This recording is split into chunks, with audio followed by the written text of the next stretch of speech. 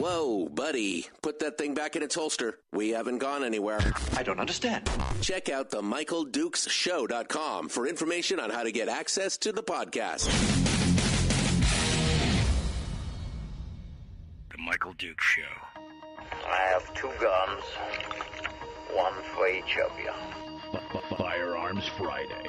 As Thomas Jefferson stated, it is the right and duty of the people to be at all times armed. Say hello to my little friend. I say that the Second Amendment is, in order of importance, the First Amendment. The right to keep and bear arms is the one right that allows rights to exist at all. The Michael Dukes Show. The right to keep and bear arms shall not be infringed. Firearms. From my cold, dead hands. Friday. Here's my rifle, there's my gun. This is for fighting, this is for fun. Firearms Friday. Firearms Friday. Yep, your chance to sound off on issues of a two-way nature right here on The Michael Dukes Show. Hi, how are you? Good morning. Welcome to the program. It is Friday. Stand by for news. Sorry. Couldn't help myself. Good morning, Americans. It's Friday. It is great to be with you here this morning. And boy, howdy, do we have a bunch of stuff to deal with today. Second Amendment Day, Firearms Friday, is the one day a week where we dedicate it to talking about the Second Amendment, gun rights, laws, things like that. It is a great opportunity for us to hang out and to talk about a various and variety of different aspects of the topic. And we appreciate you coming on board and joining us today on the program. Full boat of stuff. In about 12 minutes or so, we're going to be joined by Jacob Sullum, who is the senior editor at Reason Magazine. You can find them over at reason.com, one of my favorite places to go every day for a variety of topics from a libertarian perspective. And he is a fantastic writer who has been covering pretty exhaustively over the last week or so the issue of the Second Amendment and the effect of the Bruen case, which has recently come out of the Supreme Court in regards to the ban in New York State on firearms and concealed carry. And Jacob has been writing about this, the effect of the Bruen case, especially on the 6 states that are mentioned specifically by the court in their decision that have what they call may issue concealed carry laws. Now, may issue is a proclivity in some of the laws out there where you have to issue or give to the government some kind of justifiable cause for wanting to carry your weapon, wanting to exercise your Second Amendment rights, and then they decide whether that reason is good enough. And no, just wanting to defend yourself, not one of the reasons. And the courts were not amused by that when they finally got around to it. And they said definitely not consistent, and they have, in fact, now struck down that portion of the New York law and also the Maryland law. But there's a bunch of states that are affected by this. And Jacob Sullum has been watching the reaction from these various states and analyzing exactly what it is that they have been doing on this. He's also written a piece yesterday and the day before, actually. So he's writing on the latest case, which includes a brand new challenge by the Firearms Policy Coalition against the state of New York challenging their so-called assault weapons ban.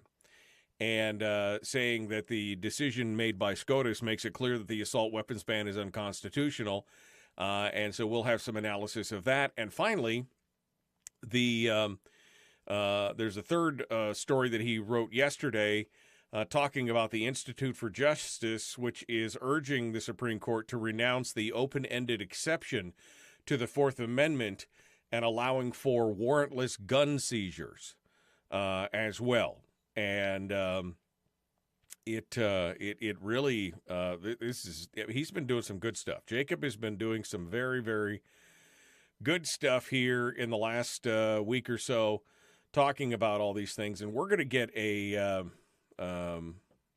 gonna get a lot of good information on this. So, Firearms Policy Coalition is suing the state of New York. I guess Gun Owners of America also filing suit against the state of New York to abide by the recent rulings, and that includes the latest law signed by Governor Hochul right after the SCOTUS decision. Just some astonishing stuff. Right after the decision from the Supreme Court, New York had decided to go ahead and change their laws ostensibly to make it legal and make it conform with what the Supreme Court says. Of course, they added a whole bunch of extra stuff, including restricted zones where you can no longer basically take your firearm without being, fear of being a felon.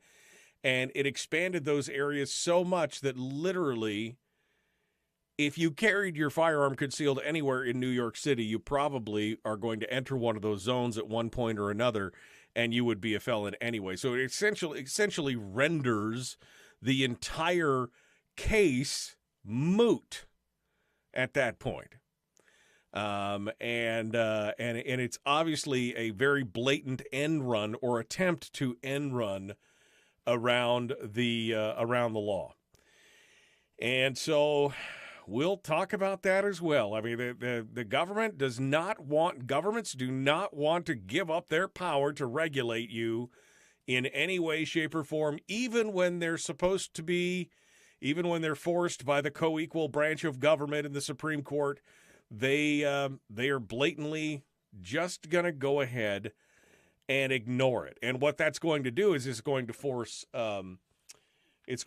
lawsuits to try and bring them in line, as we've seen with GOA and with FPC and with other organizations. There's more. I mean, there's more right now too. There's different lawsuits are starting to pop up around the country with these various states, who now find themselves on the wrong end of this Supreme Court decision. So there you go. So we're going to be talking with Jacob Sullum about that here in just a few moments, and we'll get kind of the full dope on that. We'll also talk with our friend Chris Cheng, Top Shot champion, Season 4. He's going to be joining us this morning to discuss the SCOTUS decision and everything else regarding California's reaction to this. So that should be an interesting discussion with Chris Cheng. Again, Top Shot champion, works in Silicon Valley, comes from California, the San Francisco Bay Area, and brings us a very uniquely Californian perspective on a lot of these issues when it's regarding firearms and more. And then finally, we will finish things up today with Willie Waffle from WaffleMovies.com, who will come in and give us the full rundown of the entertainment news and some of the things that are on the streams and everything else. And I might even offer my own opinion on that. With some, I've been watching some things recently that I would really enjoy, and I'd like to share it with you. There you go. That's what we'd like to do. We're going to have a short segment of Gun Q&A probably in the first part of Hour 2 after we finish up with Jacob Sullum We'll have probably one segment where we can open up the phone lines and talk about gun stuff amongst you, the listeners. And, remember that there is no such thing as a dumb gun question, so we can take that into the first segment, and then on before we jump in with Chris Cheng, and that'll be it for today. Unfortunately, because we've got such a full boat, but we will hang out and enjoy ourselves and just have a rousing good time in that regard. All right, so what's in the headlines? Again, the Firearms Policy Coalition has now filed suit in New York. America's war on the rifle may be coming to an end, says Tom Knighton over at Bearing Arms, but the fight is just begun on some of these things. The Firearms Policy Coalition is backing this case. They take aim at all the restrictions placed on normal semi-automatic rifles based on simple cosmetic features, the ones of the so-called assault weapons ban, where you basically have two rifles that are functionally identical but may look a little more scary, right? Think of the Mini 14. Now think of a Mini 14 with a pistol grip. Exactly the same rifle, but one would be legal and one would not be legal based on that as well. They announced on the 12th that they had filed a new Second Amendment lawsuit challenging the so-called assault weapons ban. The complaint in Vanchoff versus James is up and viewable right now on the Firearm Policy Coalition's website. The Policy Council, Matthew LaRosiere, says enough is enough. The people of New York have suffered this abuse for far too long. The arms targeted by New York's ban are ordinary arms kept by ordinary people for ordinary but extremely important purposes, including the fundamental right to an effective self-defense. There is no justification for threatening peaceable people with long stints in a government cage for merely possessing a firearm, regardless of what that particular firearm looks like. With this suit, we hope to end this injustice for too long imperiled New Yorkers. Adding this suit to the other three East Coast filings that have been filed after the SCOTUS decision is undoubtedly going to contribute to the stress put on the progressives who are pushing all this stuff out there. And paired with the California case currently in limbo at the Ninth Circuit, it's quite possible we'll be seeing a complete dismantling of prohibitions on most hardware-related laws. And that's Tom Knighton and John Pelletrino's take on it, and I would agree as well. I would hope that this would be a good time to look at this and go, nope, not today. We're going to take those things apart and not see them. And just in case you didn't feel like just in case you felt like, well, that, these things shouldn't be out there. These things shouldn't be, you don't need a weapon of war to defend yourself. Except, of course, when you do, there's a Florida resident, and I know every time you hear Florida man, it's a crazy thing, but a Florida homeowner will absolutely not face charges after firing an AK-47 style rifle at suspected home invaders.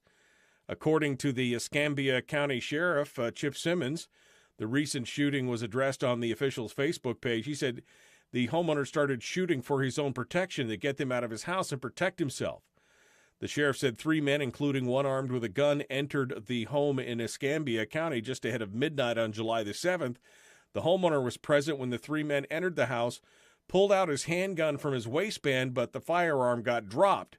The homeowner was able to run and retrieve another weapon, an AK-47 style gun, while one of the suspects picked up his handgun.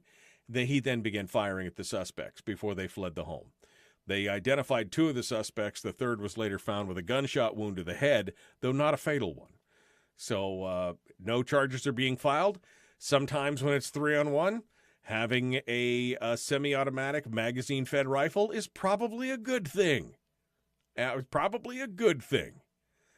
So good news out there, and it's, these are the reasons. It's not because we don't need a weapon of war in the whole. No, we may need a force equalizer.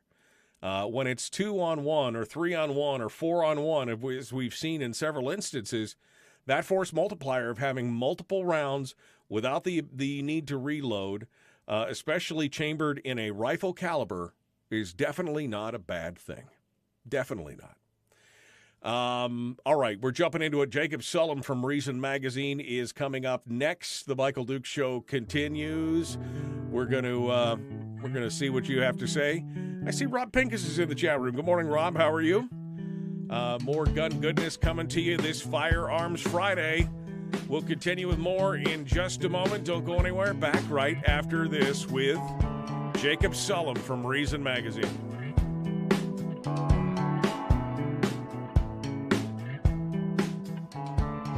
If you missed the show, you can listen to it on your time with Dukes On Demand. Oh, and it's free. Like America used to be.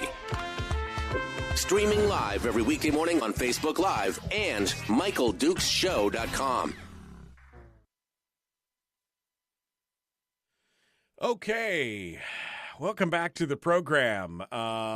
In the break right now, I see that Rob Pincus, as I mentioned, just in the chat room. Hey, Rob, hope things are going well for you. Hope your training schedule is doing well. We should have you back on the program here in the near future to talk about the SCOTUS decision. Yeah, that would be a good good opportunity to hang out a little bit and talk about those things. So maybe we'll reach out to Rob Pincus and see what he has to say here in the see what he has to say in the near future as we go forward here. All right. Hey, I just noticed that the audio stream is down. I gotta fix something. I gotta fix something for the audio stream. So how are you guys doing? Are you guys all ready for the? Are you working for the weekend? How are you doing? How are you doing? EUIT. All right, we'll try that one more time. It's fighting me. It's fighting me over here. Badly. Let's see if we can get this thing locked and loaded. There we go. All right. So if you were trying to listen on the audio-only stream, I apologize. We have now got the audio-only stream up and running. I just realized that it wasn't there for a little bit. So, all right. Hey, I guess I should get my poop in a group here and get Jacob Sullum on the phone. That would probably be a good call. Have they ever defined what an assault weapon is? No, they've kind of used the whole thing of it is whatever we feel that it is. Although they try to put some characteristics on it, like pistol grips, bayonet lugs, and everything else. It doesn't really matter because in the end, you've got firearms that are functionally exactly the same, although they may look cosmetically different. But, at that point, that's part of the problem is that they don't have there is no real definition of what an assault weapon is. All right, let's go over and see what's going on with Jacob Sullum. Good morning, Mr. Sullum. How are you, my friend? I'm doing all right. How are you? It's another beautiful day in Alaska. The fires are, we've got 3 million acres of wilderness on fire, but it's been raining the last couple of days, so we're feeling pretty good about it right now. Well, it's been in the hundreds every day here. Oh, recently. My goodness, yeah. No, it got hot here. It had not rained the entire summer, essentially, until just this last week. We had like 227 wildfires around the state. Wow. The whole world was on fire. So we got some good rain, and we're feeling pretty good about it. About 100. You could keep all that stuff. I'm just saying right now. It dips down to the 80s at night, though. Well, that's cool. I mean, it cools off into the 80s. Yeah, exactly. Man, you've been a busy guy. I got to tell you, we're in the break right now. We're about to jump back into it here in a minute or so, but you have been busy writing on the SCOTUS decision. You've been doing doing yeoman's work out there. Yeah, it's very interesting. Yeah. It's something that should have happened, decades ago, 14 years ago. Yeah. I mean, I'm just talking about Heller, but yeah, I mean, Heller should have happened earlier too. But if you read what Thomas says, he says this should have been clear all along. Pay attention this time. So yeah, exactly. Well, and that's what's interesting is that this is really mostly common sense reading stuff of what the framers intended and how we got to this position. It's good to see that we're actually trying to peel back a little bit on it, and but some states still reticent, and we're going to get into that here in just a second, and we'll talk about all those different things. So I appreciate you coming on. Hold the line for me for just a second, Jacob. Sure. Jacob Sullum, senior editor from Reason Magazine. Going to be continuing with us here in just a hot second. If you would, and you haven't yet, would you please like and share this video on Facebook? Would you like and share the video on YouTube? Also, subscribe and ring the bell on YouTube. Do all the YouTube-y things there, would you? And we'll get things going on. And if you're on Twitch TV, good morning, and like and follow there as well. All right, let's jump back into it. The Michael Duke Show, common sense, liberty-based, free-thinking radio.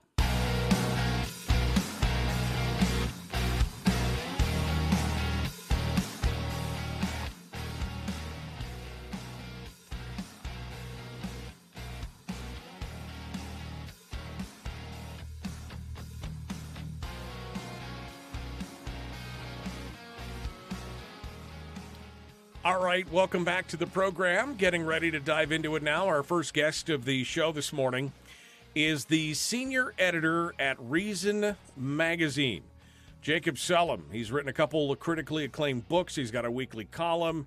He's done a lot of stuff, but he writes, I follow him almost exclusively at Reason Magazine, where he's been following a lot of great stuff, specifically the Supreme Court's decision in the New York v. Bruin case, which, of course, is going to go up there with Heller and McDonald as one of the biggest wins for Second Amendment rights in American history.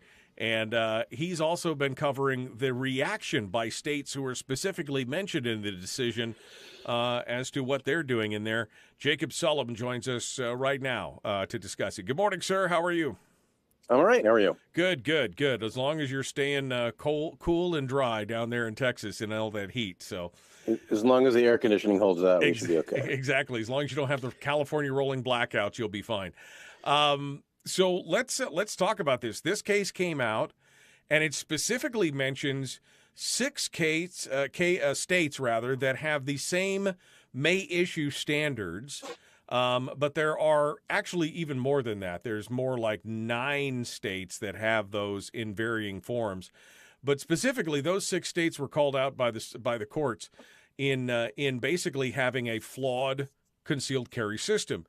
And the reactions from the various states has been very interesting to watch.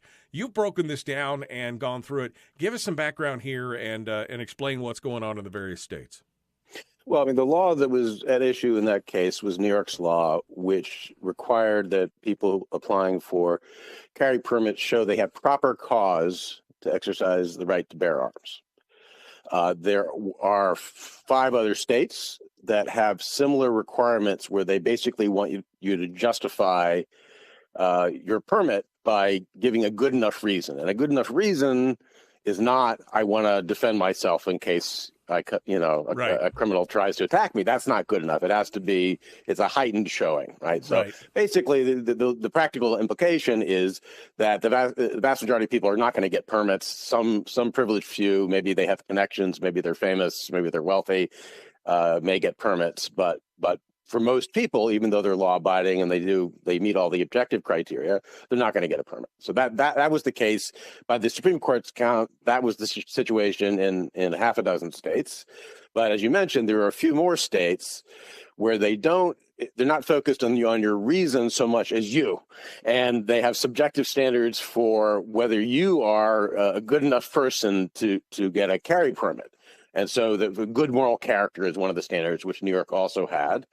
And then suitability. Are you a suitable person? Like a couple of states have that standard. Right. So the question is, what does that mean? And if that is also a subjective standard, then it raises the same problem as proper cause does, meaning that you can't be sure that even if you meet the objective criteria, you may still be rejected. Right. So to me, this is essentially the same problem, although it's clear that it's going to have to go through another round of litigation because the Supreme Court was specifically addressing, the state's requirements in terms of your motivation to get a carry permit as opposed to your personal qualities. Now, if you say good moral character, and all it means in practice is that you're not a violent person. You haven't had any incidents that suggest that you're irresponsible. That might be not a big deal. But in New York, for example, they got rid of proper cause in response to the Supreme Court's decision, but they retained good moral character. They created a new definition of it, which basically means that you're the sort of person who can be trusted with a gun, right? That's not very helpful. Right. And then they added that among the things we're going to consider, we want you to give us at least four letters of reference. But we also want to know about all your social media accounts. What? Right. Yes. Right. They want to look at your social media posts because they're trying to figure out, are you a person of good moral character? Well, that opens a whole new can of worms now, not just Second Amendment issues, but First Amendment issues. If you expressed yourself on political issues in an intemperate way, right? Does that make you a person of bad moral character? Maybe. If you get a new gun and you're really excited about it and you talk about that on social media, might that make you look like you lack good moral character? Maybe, right? So who knows? It's going to be up to the interpretation of the local officials who are processing these applications. Right. And in California, meanwhile, they had a similar standard, good cause, I believe. So they recognized they had to get rid of that. They couldn't demand good cause anymore. But they still have good moral character as a requirement.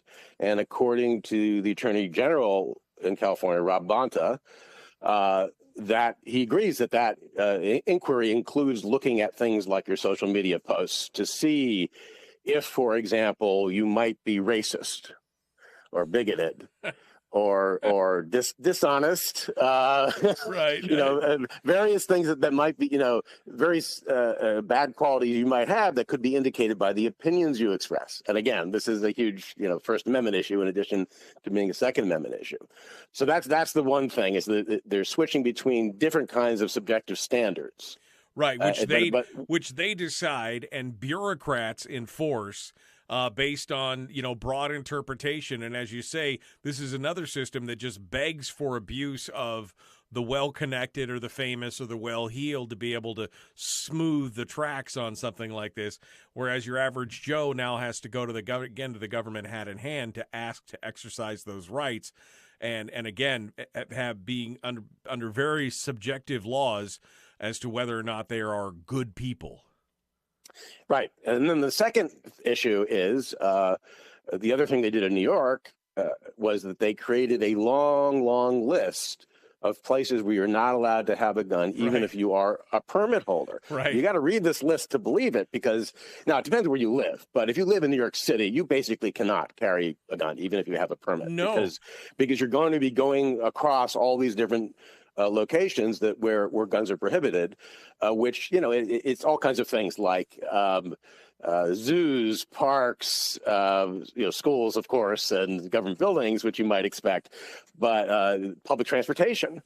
Right. So the subway, subway stations, churches, bus stations, churches, restaurants with liquor licenses, bars. Unless they don't have liquor licenses, you don't see a lot of those. Even public sidewalks, guns can be banned from public sidewalks depending upon whether they're having a street fair there. Which I just used to live in Manhattan, and they have those there like every weekend. So you have to So there are all of these opportunities for you to commit a felony that could send you to prison for I think it's up to 4 years because even though you're a permit holder, you're carrying a gun in the wrong place. And and the other sweeping category is every business open to the public is presumptively gun free. Right. Every other business is not named, right? So if you're not you're not a museum or a zoo or a restaurant or a bar or a theater or any kind of entertainment venue or gambling venue, if you don't belong to one of those specific categories or some other kind of business, guns are still prohibited there unless you explicitly say they're allowed with big conspicuous signs. Right, which now, is I know. I read this and I'm shaking my head because in Alaska we are open. We're constitutional carry and everything else, and a business can post a sign that said concealed carry not allowed. Right. But so it's exactly the opposite. So in this case, it's the presumption that it's banned everywhere unless the business is willing to stick their neck out and say you can bring guns in here. And a lot of business people, even if they are otherwise okay with armed self-defense, are going to be disinclined to do that because they're afraid of alienating customers who feel differently. Right. That's understandable, right? So it doesn't have to be an anti-gun fanatic who owns a particular store. Let's say he may just think it's more trouble than it's worth to stick his neck out. So that's and of course that's expected, right? Basically, what New York is doing is saying, okay, we'll follow your rule, right? But we're going to make it easier for people to get permits, but then they can't actually use them at least not in dense urban areas. Now there may be other places, if you travel long distances through rural areas in your own car, then you can carry your gun with you. But there are going to be a lot of situations where it's legally perilous. And remember, to leave home with it because you don't know. You think you're going to go a certain place, right? You could think you have a clear path that you're taking between one place where it's permitted to another place where it's permitted, but maybe you're going to cross a zone where you're committing a felony. So best to just leave it at home, probably.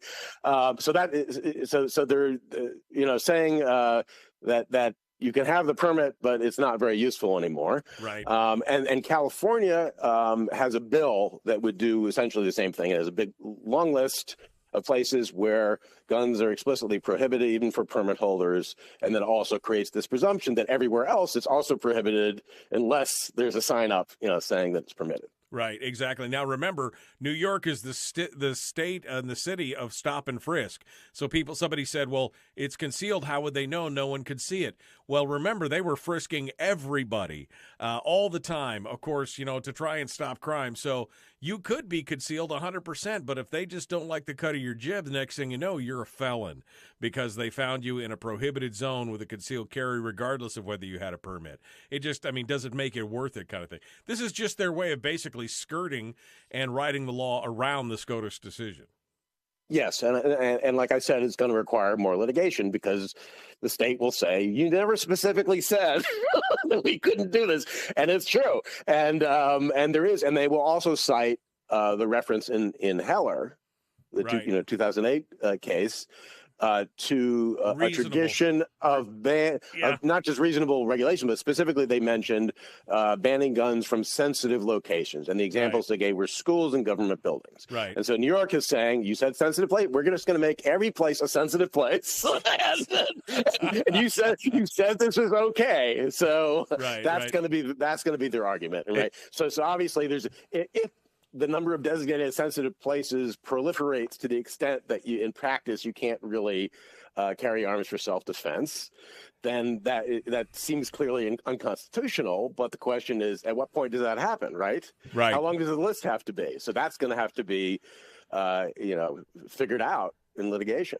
Yeah, no, absolutely. And, of course, New York and California are two of the biggest culprits, but you've got Connecticut, Delaware, Hawaii, Maryland, Massachusetts, New Jersey. Each one has had a different reaction to this, and we're going to get into that here in just a second, and we'll talk about that. Plus, the latest case filed now by the Firearms Policy Coalition. Jacob has written about this as well. We're going to continue here in just a second, and we'll continue to talk with Jacob Sullum from Reason Magazine. We'll be back with more in just a moment. It is Firearms Friday, your chance to sound off and hear about issues of a Second Amendment nature. We'll be back with more in Jacob Sullum right after these messages.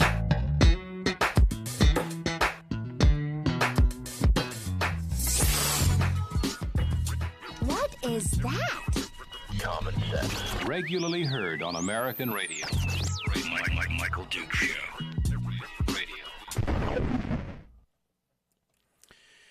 This is almost such a predictable dance, Jacob, that the Supreme Court comes out and the states immediately are like, "Oh, well, we'll just waltz around this whole thing with some of this stuff."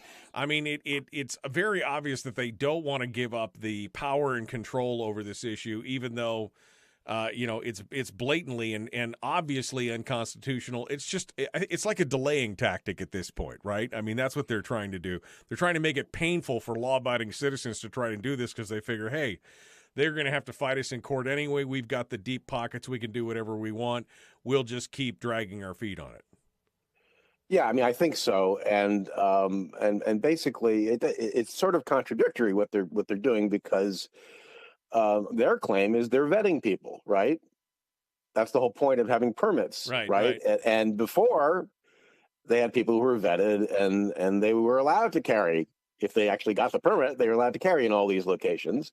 But now that they had to change their get rid of the good cause or proper cause demand. The people are still being vetted, but they're saying suddenly they can't be trusted in all of these locations. Exactly. So it's hard to reconcile that if they're doing a good job of screening people, and the only thing they've changed is the motivation for carrying can be a standard self-defense motivation. It doesn't have to be anything special. Right. From their perspective, they're imagining just many more people out there with guns, and that's terrifying to them. So that's basically, and they're going to try to keep the number of people with guns in public down just by prohibiting them from being in particular locations. That's right. strategy. Right. And again, what's the possibility that people are going to exercise those rights, get the concealed carry permit, and then walk around again with the threat of it being a felony, even for a concealed carry. This is not like a warning. This is like you go to the big house for this kind of stuff. People are not going to, they're not going to tempt fate. They're not going to press that. And that's exactly the kind of suppression that places like New York and California are looking for, to keep those people off the street with their firearms, ostensibly because those law-abiding citizens are a danger in some way, shape, or form. Yeah, and if you look at the data on permit holders in other states, how often do they commit crimes? How often do they get into one of these disputes? You always hear about it in hypotheticals, right? There's road rage or some other dispute. It escalates into deadly violence because somebody happened to have a gun. He happened to be a permit holder. That almost never happens, right? And if you look at the records of people, permit holders, they're very rarely get their permits revoked for that sort of bad behavior, right? And their their crime rates are lower than the general population, which makes sense because they've been been cleared and vetted to some extent. Even in shell issue states, they've gone through background checks and they had to undergo firearms training probably, and there may be other objective requirements as well. So it's what you would expect. Well, Dr. John Lott, who's been a guest on this program many times, has actually broken that down and said that concealed carry permit holders statistically are less likely to commit a crime than even police officers. Yeah, I saw that. I was just reading something he wrote yesterday to that effect. Yeah, I mean, it's insane. I mean, they are less likely to commit a crime than actual police officers, and yet they're treating them like these people have got the plague or something, and that they're just, as soon as you get a gun, you're immediately going to go on some kind of rampage, or you're going to exhibit criminal tendencies. And we know that that's statistically not the case. And when a reporter from, I think it was the Albany TV station, asked Kathy Hochul about that, please explain the data underlying this premise that permit holders are going to be a public menace. That's, it's a logical question. Right. And first of all, Hochul was completely unprepared for the question. It's like, this is your whole basic argument is, that this is a threat to public safety. And so what's the empirical basis for that? She had nothing. Yeah, well, she said we don't need to show it, right? Isn't that what she said? She said we don't need no stinking data. She said, yeah, I don't need data because I have an obligation to protect the people of New York and promote public safety. I don't need data. I don't need no stinking data. Yeah, I mean, it's almost literally. She didn't say stinking, but she said I don't need data. I don't need data points. I don't need numbers. Yeah, why would you base base public policy on evidence. That exactly. I've never even. It's just audacious of you to suggest such a thing. Right, you filthy peasants! I've spoken. That's enough, right? I mean, that's what you're looking for at this point. Yeah, when I read that, I was like, "What?" She just no, we don't need it. You'll just do what we say, or else. Essentially, is what it came down to. All right, Jacob Sullum is our guest. We're 30 seconds away from rejoining right now and getting ready to jump into it. Like and share this video if you would. Like and share, like and follow the show page as well. Do all the YouTube-y things, and make sure that you. Make sure that you follow along and keep us in the loop. Let's get to it. The Michael Duke Show. Common sense, liberty-based, free-thinking, follow the science. Exactly. Follow the science until it doesn't work out for you. Here we go.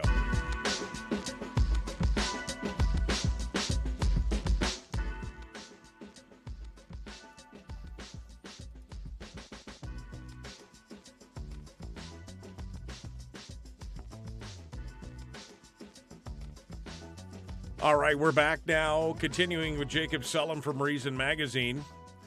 We've been talking about New York's reaction and California's reaction to the Supreme Court decision in regards to their concealed carry laws and how they blatantly are essentially rewriting the law to just skirt around what the Supreme Court said in an attempt to hold things back. And we were just talking during the break, in fact, about Kathy Hochul and her new laws, and she got asked a question because we were talking about the actual crime rates among concealed carry permit holders, because that's what they seem to act like. They seem to act like, whoa, these concealed carry permit holders, they're a real threat to society. And as we know on this program from talking with Dr. John Lott and others, that concealed carry permit holders are actually the least likely to commit crimes, less so than even police officers. It was interesting to see a news reporter ask the governor, Kathy Hochul, what was the data on this, and her reaction, Jacob, was basically, data? We don't need no stinking data. You do what we say, right? Yeah, I mean, almost in so many words. She said, I don't need numbers. I don't need a data point because I have a duty to protect public safety and protect the people of New York. And so my good intentions are enough to validate my policy. I don't need any actual evidence. Right, exactly. I mean, we're here to, you filthy peasants, just do what we said and get with the program. But it's not just California and New York. And in fact, there were 4 other states, plus more states that have not just the May issue, but have very, very similar. But the 6 were mentioned. So let's talk a little bit about New Jersey, Massachusetts, Maryland, Hawaii, Delaware, Connecticut. What else have these folks been doing in light of the recent court decision? So in New Jersey, the Attorney General, the acting Attorney General, he promptly said you cannot require justifiable need. That was their standard.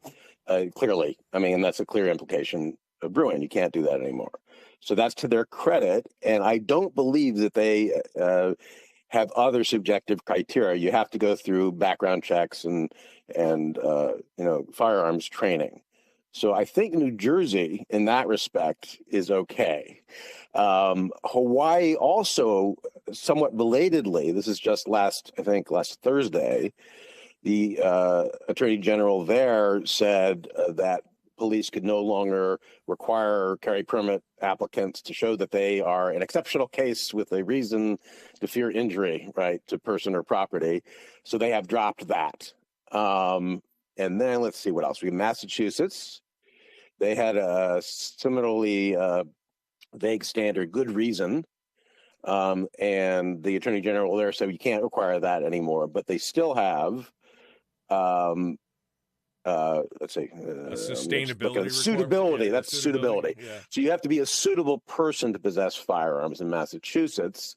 And the question is, what does that mean? If you look at the statute, it says, well, if there's reliable and credible information that the applicant has exhibited or engaged in behavior that suggests a risk to public safety, then the application can be denied.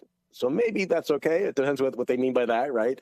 But then it also says other factors indicating that he poses a risk. What that is, who knows? So that is potentially open-ended. It's certainly not objective, but it depends on how it's interpreted in practice. Right. And then, let's see, Rhode Island has a sort of bifurcated system where you can get a permit either from the Attorney General or from a local law enforcement agency. And if you get it from the Attorney General, it's a may issue standard. He may issue a carry permit based on a proper showing of need. Well, that seems very clearly unconstitutional under Bruin. If you get it from a local law enforcement agency, it says shall issue, right? Right. But then it's shall issue if, if it appears the applicant is a suitable person to be licensed and either has good reason to fear an injury to his or her person or property or has another proper reason for carrying a gun. So that is combining the shall issue language with these subjective standards, which seem very similar to what the court overturned in Bruin. And at this point, it looks like the governor and the attorney general are inclined to argue that their law is different enough from New York's that they don't really need to do anything. Right. So if that's the stance they take, there's going to need to be additional litigation. It's a wait and see. Right. Exactly. So that kind of leads us over to I'm sorry, I forgot to mention Maryland. Okay. Was another state where they actually have a Republican governor. Of course, Massachusetts does too. But and they scrapped their standard, which was good and substantial reason, and that was it. That's all that they've said so far. And the governor issued a statement about respecting Second Amendment rights, and which was sort of encouraging. I think we didn't mention Delaware, did we? No, we didn't mention Delaware. Delaware, they don't have the proper cause or good cause kind of standard, but they require that the applicant demonstrate good moral character. So that's like the standard they have in New York and California, but on good reputation for peace and good order, which may or may not amount to the same thing. And the National Shooting Sports Foundation, which has been tracking this, says that their Delaware officials are taking a wait and see attitude, which again means if you want to change the law, sue us. That's probably not going to happen without litigation. Yeah, and I think that's what it's going to come down to. Is it's going to come down to litigation on each and every one of these cases, which are long and drawn out and painful and may go back to the courts, et cetera. But that actually leads us to our last topic for today, which, of course, is that has now begun. The Firearms Policy Coalition has filed a suit in the state of New York to start challenging some of these things, including we're seeing a flurry of lawsuits, but this one in New York is big because it is the New York assault weapons ban. So let's talk about that. The firearms policy is saying, no, this is common use. Common use is pretty. That's the big portion of the Heller decision. And it's pretty obvious when you've got millions and millions and millions of Americans exercising their right with an AR-15 that it is common use. And that's the crux of their argument in this case. Right. And the crucial, that was, like you said, that was what Heller said. They said the Second Amendment applies to weapons in common use for lawful purposes. Exactly. And it's very hard to argue that the guns they describe as assault weapons are not in common use for lawful purposes, given how popular they are, given the fact that they are rarely used in crimes. So what are they being used for? Right. If they're rarely used in crimes, that means that they're mainly used for lawful purposes, and they're clearly in common use. Now, the change that Bruin made was, or the clarification that Bruin added was that the courts cannot approach these issues the way they generally have been, which is they call it a two-step analytical framework, right? In step one, you say, does this law impinge on the Second Amendment?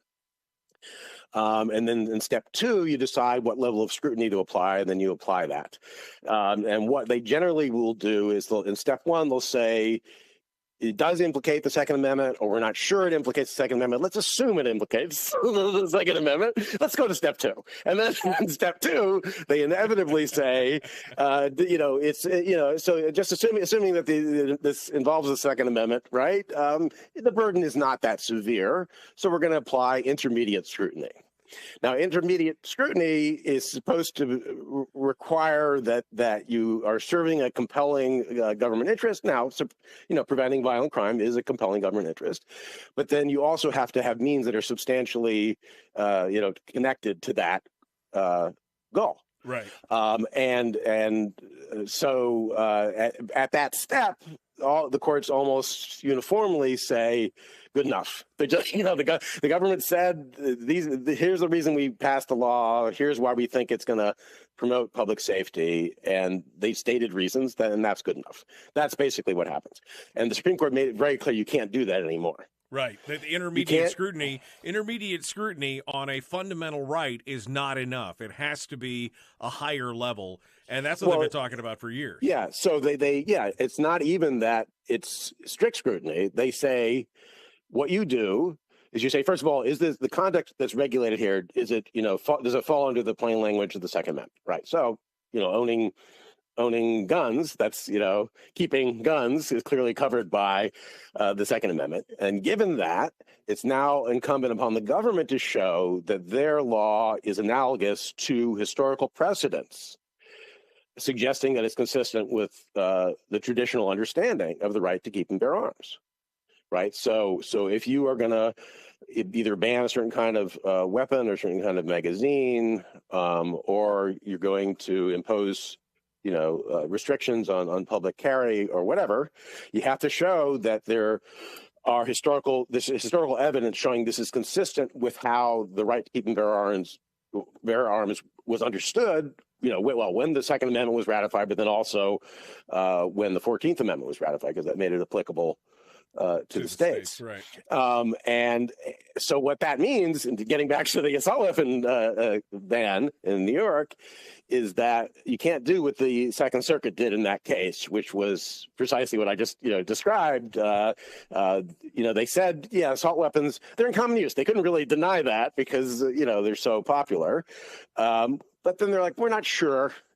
Yeah. We're not sure that it's for lawful purposes. There's not enough evidence in that. But let's just assume that it is. And then they just did, what I described, which is to say that, New York thinks this will promote public safety, and who are we to second guess that? We should be, deferential to the legislature.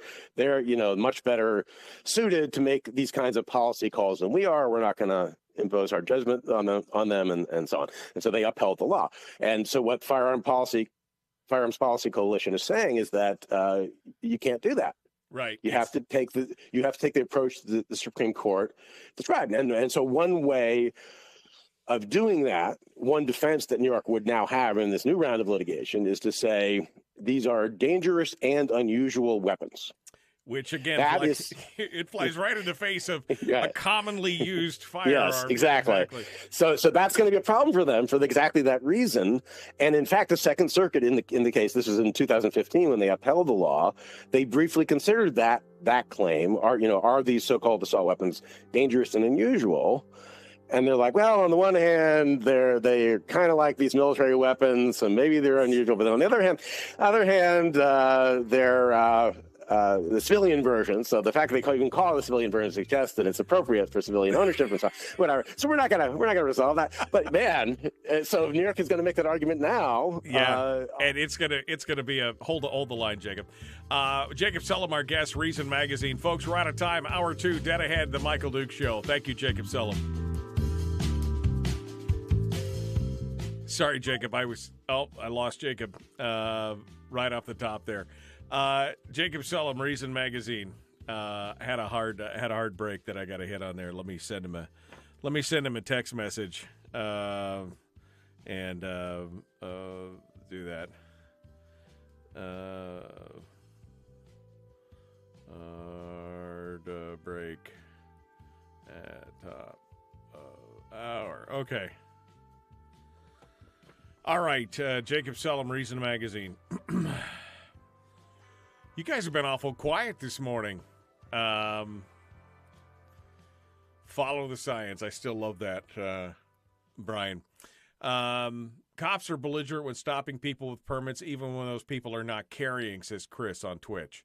Yeah, I mean, it's been known to happen. It's been known that concealed permit holders who are obeying the law to the nth degree are getting more scrutiny, it seems like, than many others.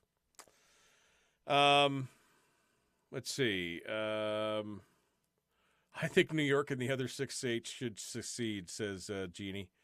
Well, good luck with that. I don't want to adult today, says Bill. Do I have to adult? Yes. Yes, Bill. You have to adult today. What is with my my volume? Hold a second here. Hold on just 1 second. My volume has been messed up all day long. All right, maybe that's is that a little better? No, so there we go. How's that? Maybe. I don't know. My volume has just been kind of funky all morning. There we go. Finally. I don't know what's happening, but I think this mixer is starting to get a little old. I have been using it nonstop every day for 7 years. Are you telling me it's about to break? Is that what you're trying to tell me here? All right. Good morning. All right. You're listening. How about we vote them off the continent today? That was I think to Jeannie's comment about how the 6 states should secede. Leave them on the continent if they want. They could be islands of liberalism amongst the regular other stuff. I got loud all of a sudden. Yeah, I don't know what the deal was. The volume was like all over the place. I've been riding the knob all day. And now it seems to have. I need to take this thing apart and try and fix it up a little bit. Oh, okay. Well, I'm ready for the weekend. I don't know about you, but I got plenty. No, just okay. All right. So, if you guys are ready to continue here, what else do I got? I got some other stories that I was going to be talking about. The assault weapons ban. No, California's failed laws shouldn't be replicated. That's another one that we can cover as well. And we're going to open up the phone lines here in the next segment before we get to Chris Cheng, Top Shot champion from Season 4. He's going to be joining us. We're going to be talking with him about many different things. That's what we're going to be doing right now. Yeah. And we're going to tell him to feel free to call in a little early if you'd like. All right. Wow. But now I can hear my keyboard. It's really loud. Okay. All right. Need to throw some lead down range real bad, says Jimmy. Yeah, well, I got to tell you, I would love to do that, but I am just, and this is the same reasoning that I've been giving the last couple of years. I can't afford to throw lead down range because I can't afford to replace the lead that I got. That's the crux to the matter, right? I've got lead I can throw down range right now. I just can't afford to replace it. I mean, remember, it wasn't not too many years ago that I could buy 1,000 rounds of Russian ammo for less than $100 a box, and now it's like $400 or $500.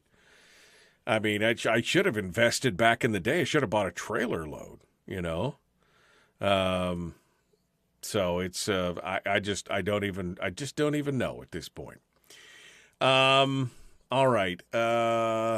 Let's see here.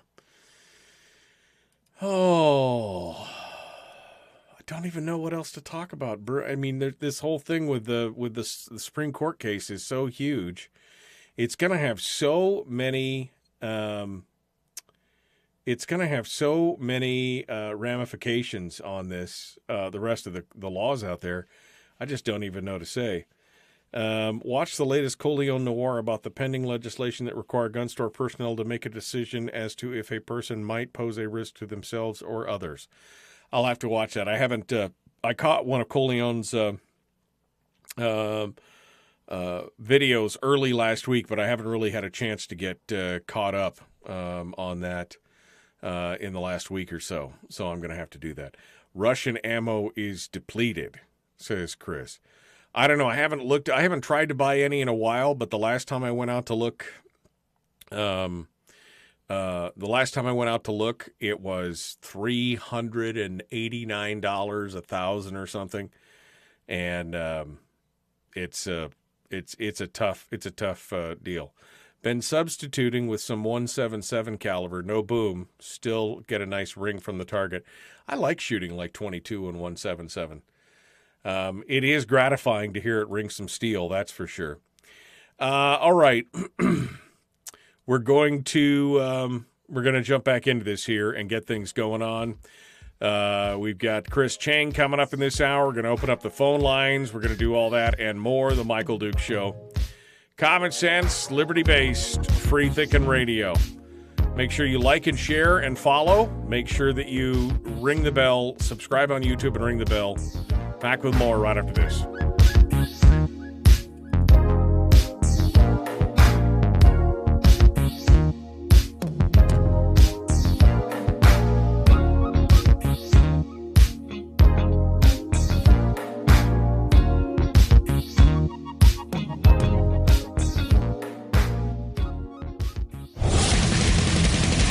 Whoa, buddy. Put that thing back in its holster. We haven't gone anywhere. I don't understand. Check out the MichaelDukesShow.com for information on how to get access to the podcast. The Michael Duke Show. I have 2 guns, one for each of you. Firearms Friday. As Thomas Jefferson stated, it is the right and duty of the people to be at all times armed. Say hello to my little friend. I say that the Second Amendment is, in order of importance, the First Amendment. The right to keep and bear arms is the one right that allows rights to exist at all. The Michael Duke Show. The right to keep and bear arms shall not be infringed. Not be infringed. Firearms. From my cold, dead hands. Friday. Here's my rifle, this is my gun. This is for fighting, this is for fun. Firearms Friday. Firearms Friday. Your chance to sound off on issues of a Second Amendment nature. Right here on the big radio program. Hour 2 of the show today. Hour 1 went by, lickety-split. If you missed it, it was a great conversation with Jacob Sullum from Reason Magazine, who was talking about the Supreme Court decision and the ramifications and how the various states are reacting to it right now. Too long don't read is not great. There's been 6 states were specifically called out in the Supreme Court decision for having may issue status on their concealed carry laws. And basically the Supreme Court said, that's unconstitutional. You can't do that. And so they are instituting a variety of schemes to try and end run that, which, of course, they're all going to end up in court, and they're eventually going to, but the government, remember, the government that takes those rights away, and they do not want to give back. Once they have instituted something, they do not give up that power easily. So don't forget that. All right. In this hour of the program, we've got Chris Cheng, the Top Shot champion from season 4 of Top Shot, who's going to be joining us here shortly in about 12 minutes or so. Meanwhile, I'm going to open up the phone lines. I know a couple of you tried to call during my interview with Jacob. And, of course, I didn't want to interrupt the interview to do that and take the phone calls. But open line, gun Q&A right now. So if you would like to sound off, we'd love to hear what you have to say. This hour of the program, by the way, being brought to you by our friends over there at Pivotel and Satellite West. Just go over to the Satellite West call-in line if you would like to sound off. 907-433-3150.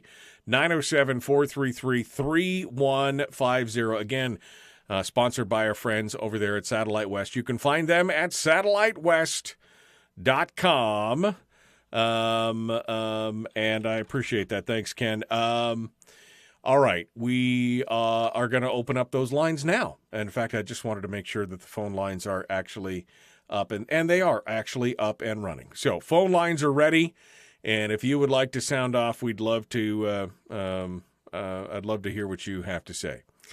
Some of the other stories that are going on around right now is, some of these ideas that what we really need to do is have California-style gun laws. I suppose we could ask somebody like Chris Cheng what he really feels about that, because we keep seeing a lot of these commentaries on California and how they have one of the lowest gun rates, rates of gun homicide in the country and everything else. And it's only because of their new gun laws or their new and old gun laws that they have that ability. Of course, that's a cherry picking of the data, because you could look at places like Illinois that has a much greater, that has the same type of gun laws. It has a much greater homicide rate. You could look at very, very pro-gun states like Utah, Idaho, Iowa, Wyoming, North Dakota, Maine, all have lower homicide rates than in California. But, they continue to pick through and say, this is why we need California gun laws. That's one of the stories we could get into.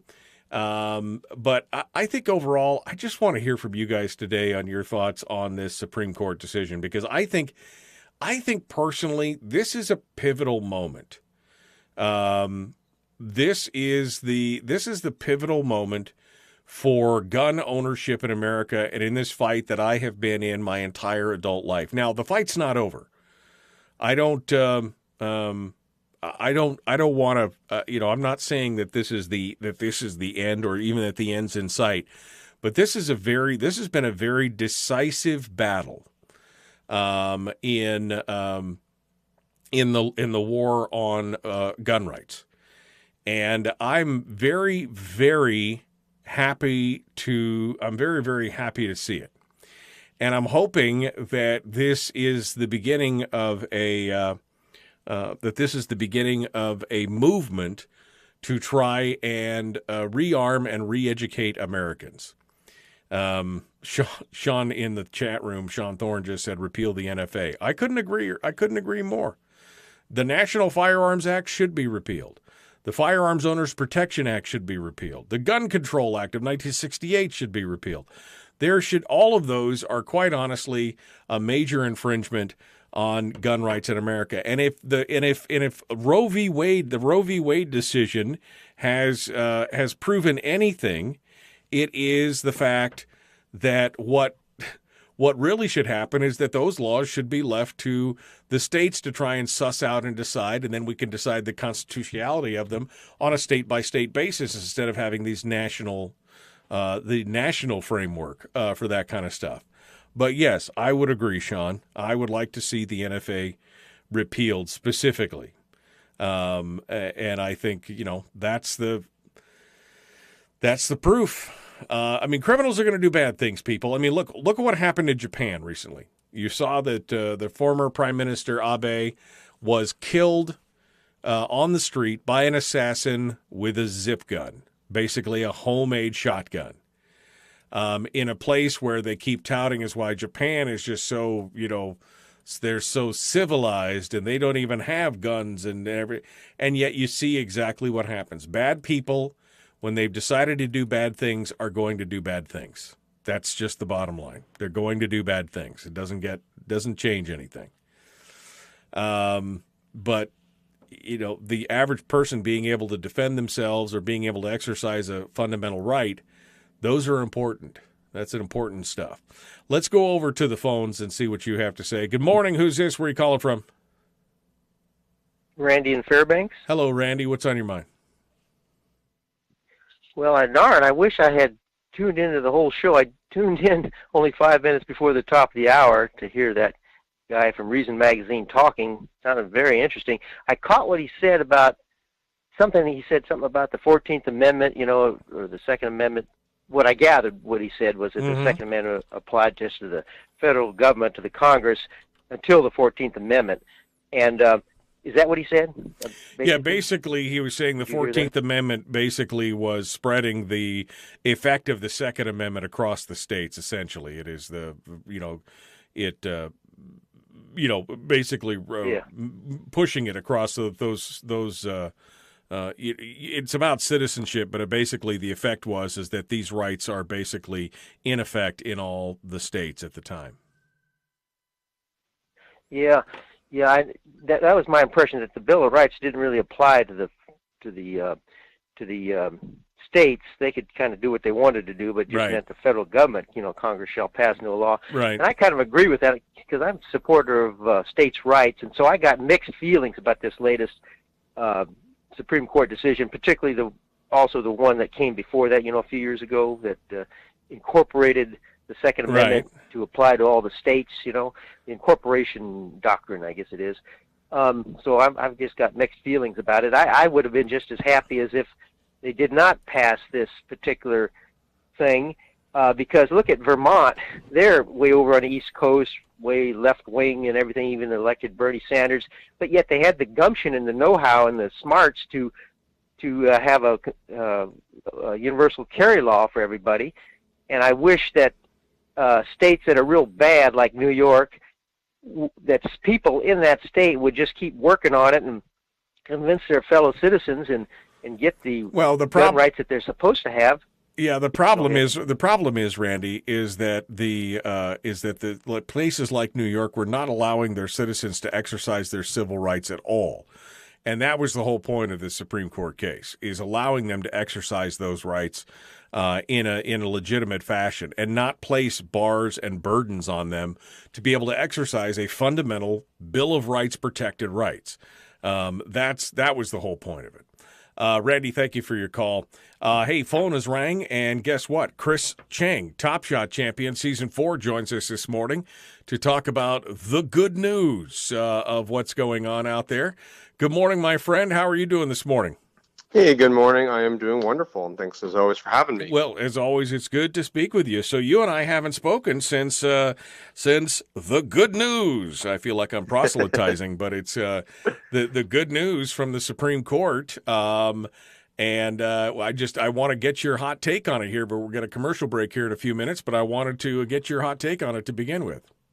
Yeah, at a high level, clearly this is one of the most consequentially positive decisions for the Second Amendment that's been made in over a decade. Last decision we saw from the Supreme Court on the Second Amendment was back in 2008 with the Heller decision, and this Bruin decision that just came down is going to have sweeping consequences for CCW applicants. And after the break, I have a personal story to tell you and listeners, though, about my own experience here in San Francisco. Oh, with the good. CCW application process. Yeah, because, this is, it wasn't just New York that was affected by this. It was, and we got about 4 or 5 minutes here, so if you want to share it. But it wasn't just New York. The court specifically called out 6 states that had may issue schemes in their concealed carry permits and said, these are all a problem, people. You need to fix this. And California was, of course, one of the biggest culprits as well on that. What was your experience going through it? Yeah, so it's been interesting because in California, a lot of counties have, the chief law enforcement officer of a county has discretion over whether to use shall issue or the may issue paradigm. And so before the Bruin Supreme Court decision, a lot of California counties actually changed to the shall issue paradigm. But, this is all left to the subjectivity of the local sheriff or chief of police. Right. And here in San Francisco City, and we're also San Francisco County, the sheriff's department has retained the may issue paradigm. And so, I started my CCW application process here in San Francisco about a week and a half ago. And let me tell you, they're already putting up road bumps and trying to block this and slow it down. And, this was anticipated by a lot of gun rights advocates, that we sort of realized that even in the most fortuitous decision on the Bruin case, which happened, right? We got the most favorable decision, but there's still a lot of things that local governments can do to block, delay, and slow down and confuse, and also increase costs, right, for the CCW process. Right. So for me, we're now running into a not only a sort of a due process issue, but it's the San Francisco Sheriff's Department is basically impeding my ability to exercise my civil right but they won't even let me apply for my CCW without having an appointment. And now, how does one get an appointment? Well, you just go on some list, and I have no idea how long it's going to take for them to even see me, because there's this form that needs to be signed in person. So I'm working with the Firearms Policy Coalition and the Cal Guns Foundation, which are two notable Second Amendment organizations.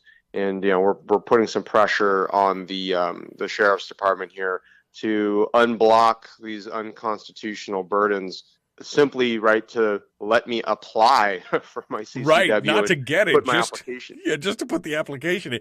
And this is the typical bully tactic of, oh, we're going to slow walk it across the room. Here you go. Give me that form.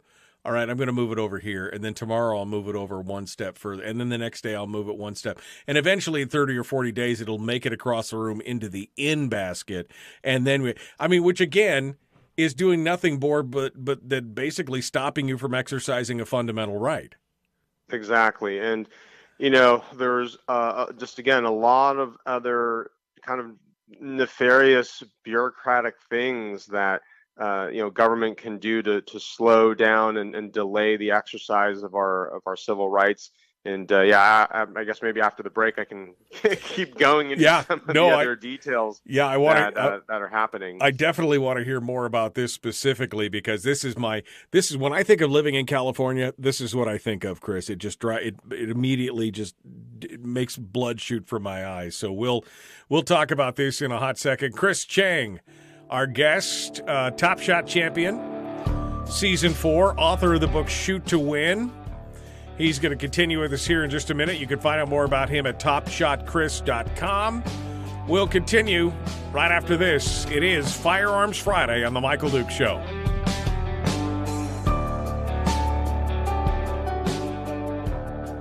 We're broadcasting live through a series of tubes. Allowing all of these entities to provide streaming stuff going on the internet. Well, it's kind of hard to explain. Sorry. Streaming live every weekday morning on Facebook Live and MichaelDukesShow.com. All right. Good morning. For those of you who are just joining us, I see we've got the Eskimo Libertarian in the chat room as well. Sean Thorne, candidate for Senate, and a few other folks here. I want to say hi to everybody. The chat room on Facebook this morning is jacked up. There's something I keep having to refresh the page to be able to read the comments. So if you're having a hard time on Facebook, don't forget you could always dive over to YouTube and see what's going on. It's not an echo in the chat room. It's the fact that the chat room, something's fundamentally broken in there, where people are not seeing any of the comments. And so if you're not seeing the comments, you can refresh, or you can go over to YouTube or to Twitch, twitch.tv. Chris, I'm Twitch famous now. I'm on Twitch. It's amazing, huh? Hey, go check. There you go. I'm with all the cool kids out there. All your bases belong to us now, is what I'm saying. So it's good. So how you been, my friend? How's the summer treated you so far? Is California on fire like it is here, or is it just what? Well, for once, the state is not literally on fire as much as it usually is. There's a fire down in Yosemite, which has been a pretty big one. Right. But we are in the middle of fire season.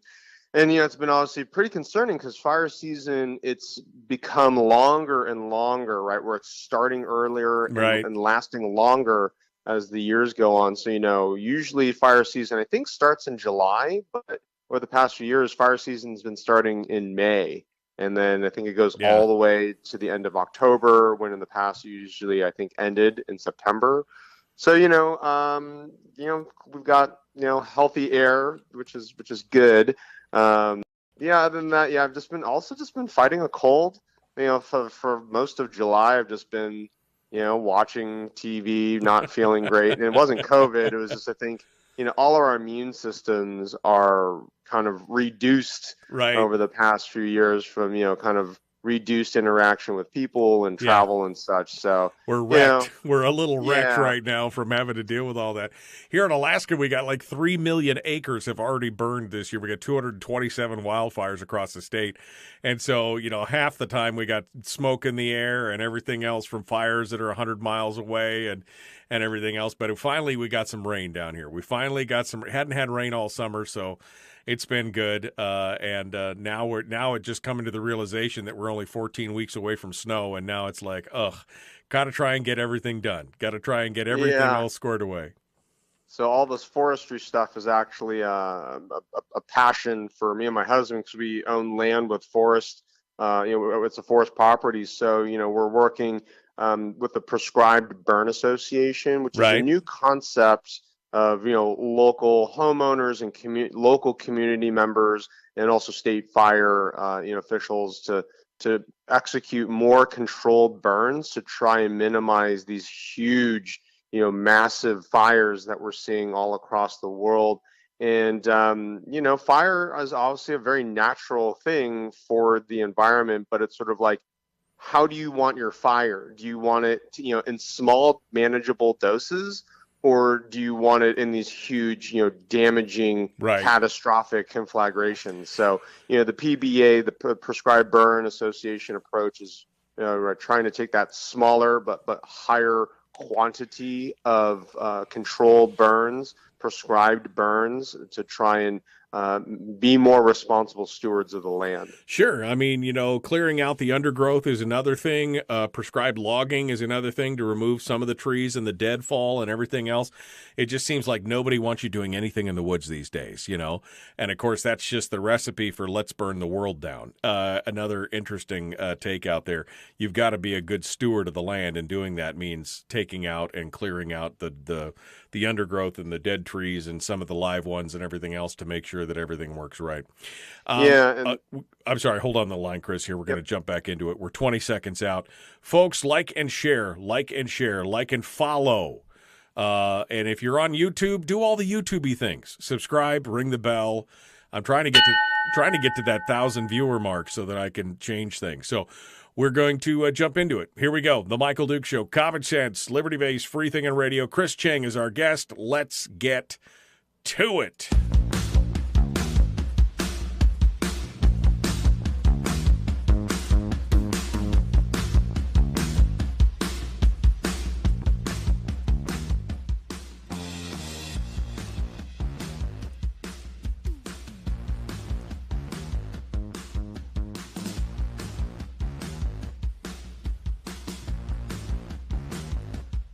Yes, TGIFF. Thank goodness it's Firearms Friday. Joining us on the program for his monthly chat is Top Shot Chris Cheng. We were just talking about the ramifications of the SCOTUS decision in Bruin versus New York, which changed some things around the country.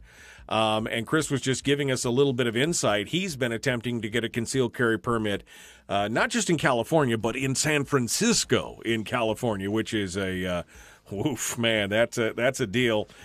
So, Chris, you can't even get the appointment right now to get the application to apply for the concealed. You have to do it in person, and don't call us, we'll call you kind of thing. You got to go on a list and wait for them to reach out. Exactly right. There's zero transparency around how many people are ahead of me, how long is the wait. Are we talking days, weeks, months? From what my lawyer tells me, the government has an obligation to process a CCW application within 90 days of submittal. So that's sort of an interesting, factoid. But the thing is, right, if I can't even submit my application and start that 90-day timer, right, then my civil rights are being blocked here. And, if we think about a constitutional right, we have many constitutional rights, and it's unconstitutional for the government to delay or prohibit us from exercising our rights. Well, that's what the court said, right? A right delay is a right denied. I mean, they've said that, yeah.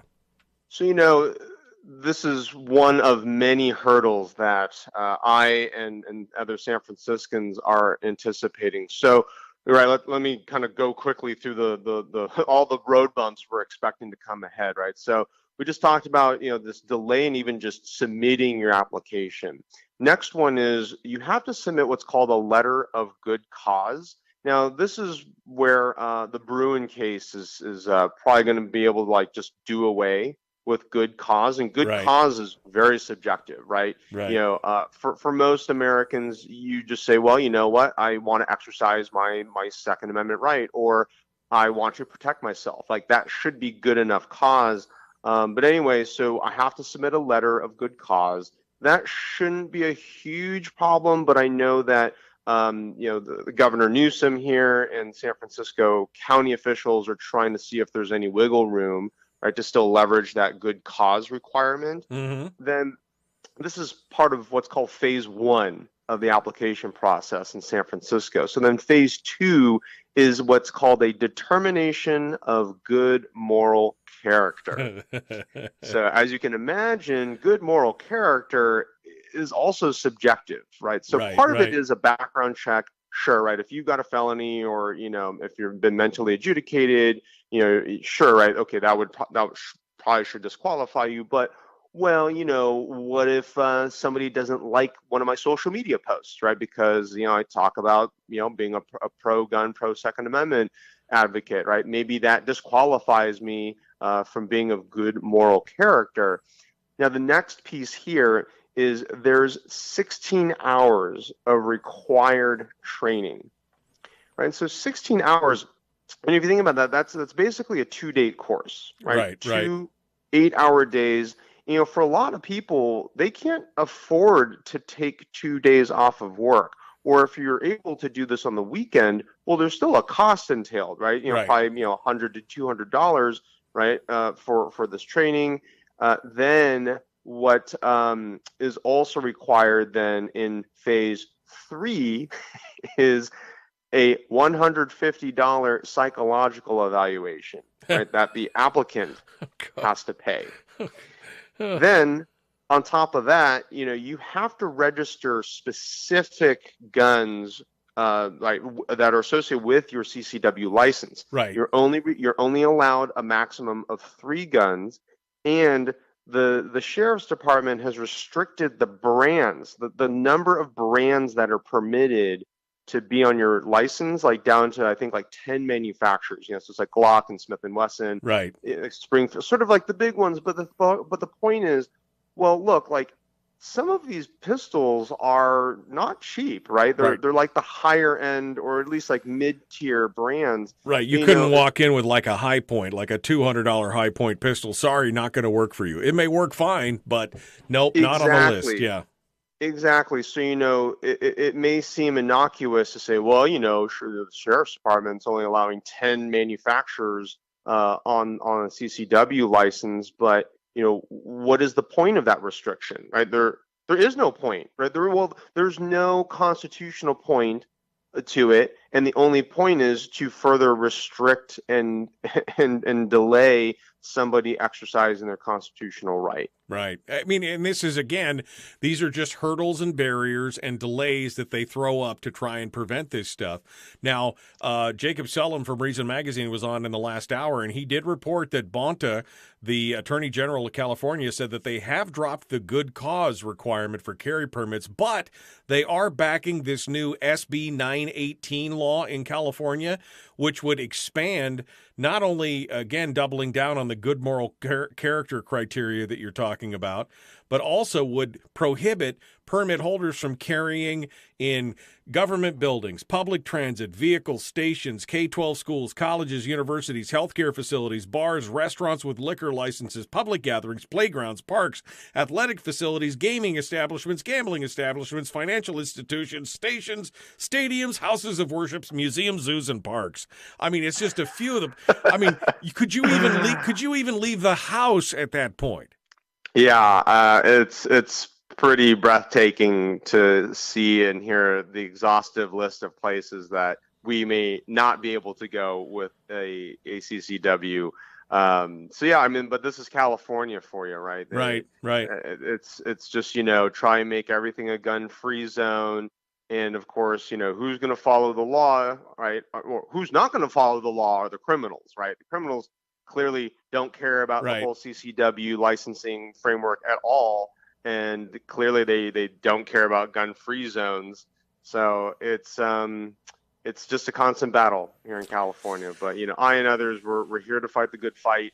And as we've discussed, a number of times here on the show, is that, things that happen in California often reverberate out into other states in the country. Yeah, as goes California, so goes the rest of the country in many ways, especially when it comes to gun laws. Everybody wants to hold up California's like, look, it's perfect, kind of thing. And we all know that is definitely not the case.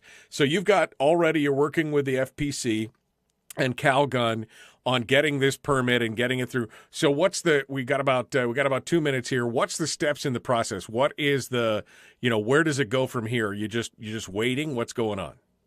Yeah, so we sent a very sternly worded letter to the San Francisco sheriff the other day. We're waiting on a response, and based on whatever the response is, we'll determine next steps here. So it's what FPC and CalGuns and I have been talking about is this is what I want to make sure is that any applicant, right, who goes through this process gets a fair shake, right? And that the application process needs to be swift and efficient, and let's get to a fair determination, yes or no, right? Do you get the license? And if you meet all the qualifications, well, of course, then you should be granted your permit. So, we're expecting multiple times along the way here around, it's going to be send a sternly worded letter. And if things don't go the way that we want them to, then we're going to be filing lawsuits along the way. And I think my fear here is that, this could be a multi-year process, right? As we're stringing along, right? It's like, well, we file a lawsuit on one part of the process. And of course, no lawsuits are quick. Well, few of them, get resolved quickly. So when that one gets resolved, okay, well, now I move forward in the process, but we may need to file another lawsuit, to tackle another part of this very long 3-part application process. It's like trying to eat an onion one layer at a time, lawsuit after lawsuit to get there. Chris Cheng, Top Shot champion. You can find him at topshotchris.com, author of the book Shoot to Win, Top Shot season 4 champion. Chris, good luck to you, my friend. It's good to talk with you. Give us an update next month, okay? We'll talk with you then. Thanks so much as always, Michael. As appreciated that you come on board. Thank you so much. Folks, we're out of time. We got more coming up. Willie Waffle up next. Weekend entertainment and movie review. The Michael Duke Show.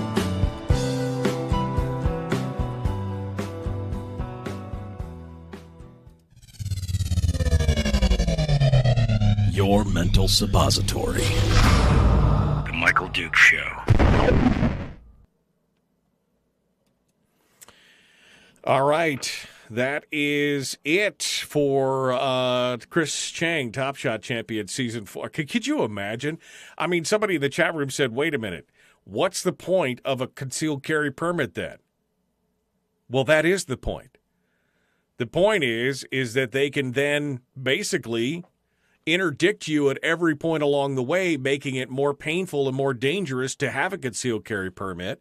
I mean, under current California law, guns are prohibited within 1,000 feet of a K-12 school, but it does not apply to a permit holder who is not in or on the grounds of a school. So if you're walking on a parking lot, a street sidewalk that is within 1,000 feet but not within the grounds of the school, you'd be fine. But under SB 918, the new one, then you could potentially be in the park. I mean, this is the scary part. You could be walking down the street within 1,000 feet, and still get busted, even though you're not in the school ground.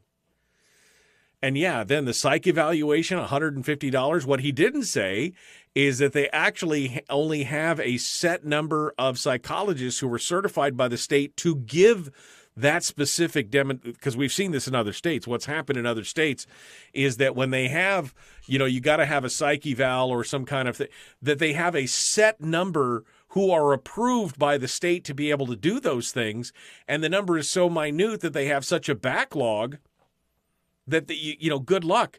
You want to apply to get the head shrinker to look at your head? Guess what? Oh, we can do it. My next appointment is 9 months and 3 days away.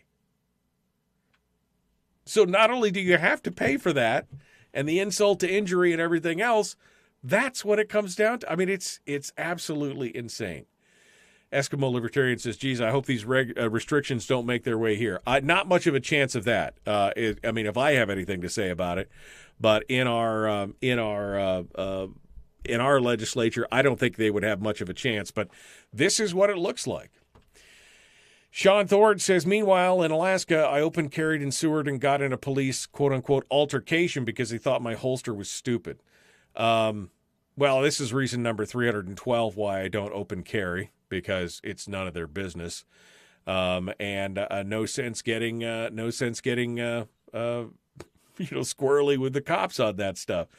And it really is still none of his business because your holster could be stupid. Still none of his business. Still none of his business on that. How can government determine good moral character? Can we run government through a good moral character test? That's the thing. It is so subjective. What do you consider to be good moral character? What do they consider? What are the ramifications and what are the guidelines for that and the stipulations? You got no idea. It's whatever they decide. And by the way, they're looking at all your social media. So if you've ever said anything that was negative, maybe about government, or maybe you got a little heated in an argument sometime with some pinhead on Facebook about some political thing, then maybe now you show that you don't have a good temperament or a good moral character. But that's exactly it. Open carry isn't a big deal when you see black bears in their cubs. People can open carry all they want. I'm saying this is why I don't open carry. And by the way, if I'm walking down a trail and I see a bear and I'm open carrying in the woods, but if I'm up out and amongst the public in civilization, then no, I'm concealed carrying, and I could still protect myself against bears if they get it. Eskimo Libertarian says, oh man, I'm screwed if they look at my social media. I mean, me too. If they kind of put that kind of test up there, I'm sure I've said something that will offend somebody somewhere. I mean, I do a 2-hour show every day on social media. All they'd have to do is watch 2 shows and go, oh, this guy, he's not good people. No good moral character there. So, yeah, I mean, it's just, Kenneth says, I just don't understand how it's legal to put up all these roadblocks to people's constitutional rights. The problem is, Ken, is that it's not legal. But they're slow-walking everything because they know it's not legal. They know it's not constitutional, but they change it slightly, right? So now it's no longer the shell issue and you have to show a just need or proper cause. Now it's going to be the good moral character thing that they're going to be dragging their feet on. And so that's going to have to be another court case that now says the good moral character clause is not yours to decide. If they are not in jail and they have not broken the law, then you need to issue it. There should be no justification or explanation as to why good moral character has to be part of it. All right. Well, we're coming up on it right now. Yes, you are. I assume that as soon as you affiliate as a libertarian, you'll end up on some feds list anyway. I've been a libertarian since I was 16. I'm sure I'm on a bunch of lists somewhere. I'm sure it's coming somewhere. All right, phone's ringing, and the bell just rang, so that means it's time to talk to Willie Waffle, wafflemovies.com, The Michael Duke Show. Common sense, liberty-based, free-thinking radio. Like and share, subscribe, ring the bell, do all the stuff.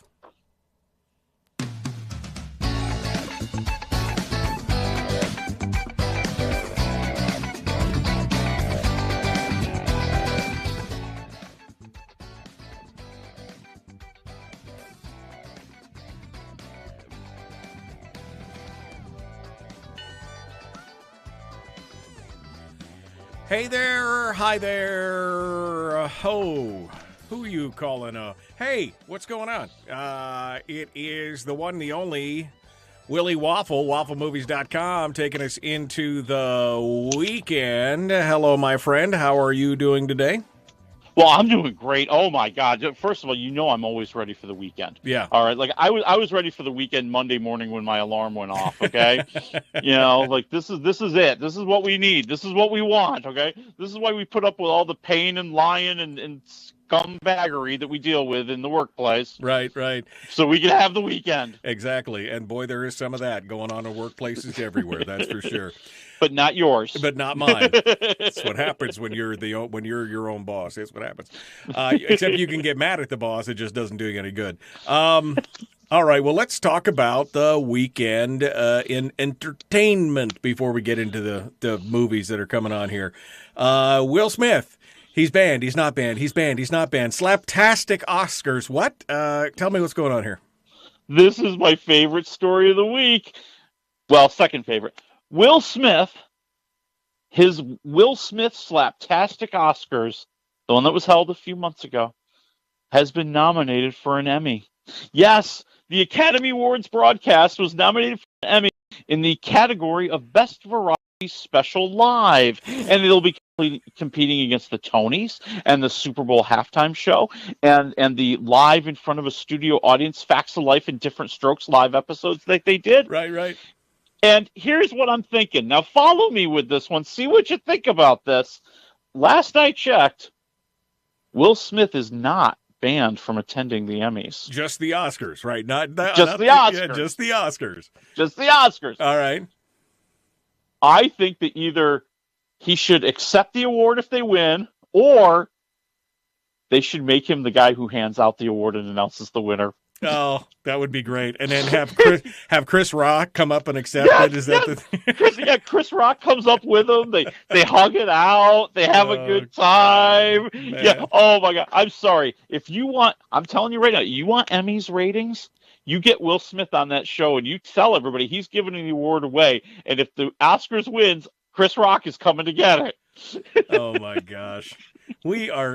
We're doomed as a society. I'm just saying right now, we're doomed as a society. This is what's coming down. All right, well, good for them. The Emmys is the Oscars for television, right? I'm just clarifying here. Yeah, okay. That is exactly what it is. So it has as much meaning as the Oscars do. Absolutely none. That's my favorite kind right there. All right. Why do you I just looked up and saw what you wanted. You slipped it in again, Jeopardy and Wheel of Fortune. Yes. Starting to stream. This is big news. Okay. All right. This is huge news. This is massive news. Huge. The people who listen, I'm telling you right now, the people who are listening right now, you email and you call Mike and you tell him you understand the importance of Jeopardy and Wheel of Fortune news. And this is why you listen to the show. All right. So here's the deal. Jeopardy and Wheel of Fortune are now going to stream 24 hours a day, 7 days a week. Starting August 1st, there's going to be a Jeopardy channel where you can watch Jeopardy 24 hours a day. And there's going to be a Wheel of Fortune channel where you can watch 24 hours a day for free on Pluto TV, which is an ad-supported streaming service. Right. Okay. Yes. All right. Yeah. So. And they're doing this because they're trying to build their audience for people who want to see game shows. Right. So they also picked up like old episodes of The Price is Right. They picked up episodes of Let's Make a Deal.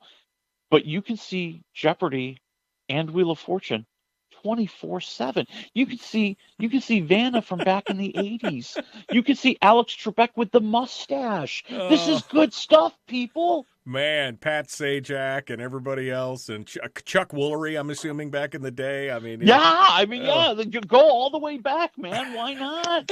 And they had that football kicker who tried to take over for a while, and did so badly that they brought back Pat Sajak. Yeah. Okay, all right. Well, somebody's excited about this in this conversation. It's not me, but I mean, hey, it's going to be the greatest thing that ever happened to Pluto TV. You're going to be putting on in your house 24/7. It'll just be on all the time. Yeah, man. And the fun part is I know all the answers from the 80s because I was alive back then. Yeah. Okay. You know all the answers. All the answers. All right. Well, let's move over to some of the streaming services. Where the Crawdads Sing. What? The Crawdads Sing author wanted for questioning in a murder. What is this? Is this real? Is this Memorex? This is a real story. So we're going to talk about the movie Where the Crawdads Sing, which is about a young lady who's been put on trial for murder. And it turns out the author of the book that it's all based on, she knows a little something about this. Okay, so Delia Owens is her name. And she and her husband and her child have all been wanted for questioning in the murder of a poacher in Zambia. And this, here's where it gets wild.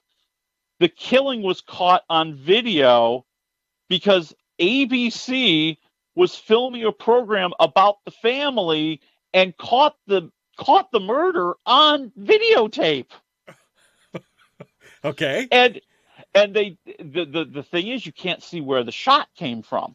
But her whole family was around, including her son, who's been somewhat accused of taking the shot, or at least being one of many, because the family has been very strong advocates for, protecting the environment and protecting the animals and fighting poaching. Right. Okay. So, Diane Sawyer actually was the host of the ABC program that aired the footage, and they talked about the whole thing. And the father has been accused of getting rid of the body, and the family fled the country like as soon as the investigation began. And what makes it even better is that the father allegedly faxed a letter to another hunter in the area where he said, after 3 shootings, we're just getting started. What? Yeah. So is he wanted by American authorities, or are they wanted by Zambian authorities? By Zambian authorities. So I imagine there's no extradition treaty between America and Zambia. And to be honest with you, I don't even know if the family lives in America, because the author has been kind of put on the back burner when it comes to promoting the film, because people might ask about this. And I think she only does maybe telephone interviews, or maybe just does web streaming video interviews or something. Yeah. She's in some undisclosed location, not with a non-extradition treaty. Thank you, and have a nice day. Right. That's right. So it's just this wild story, but it just makes me wonder, how did she ever get the book published? How did Reese Witherspoon's company decide to pick up the rights and make the movie? How did Taylor Swift decide to do the theme song? I mean, there's all these people who at some point should have heard this story and went, "Nope, I'm out." No, yep, not gonna work. Not gonna work. Yeah. Wow, that's an interesting.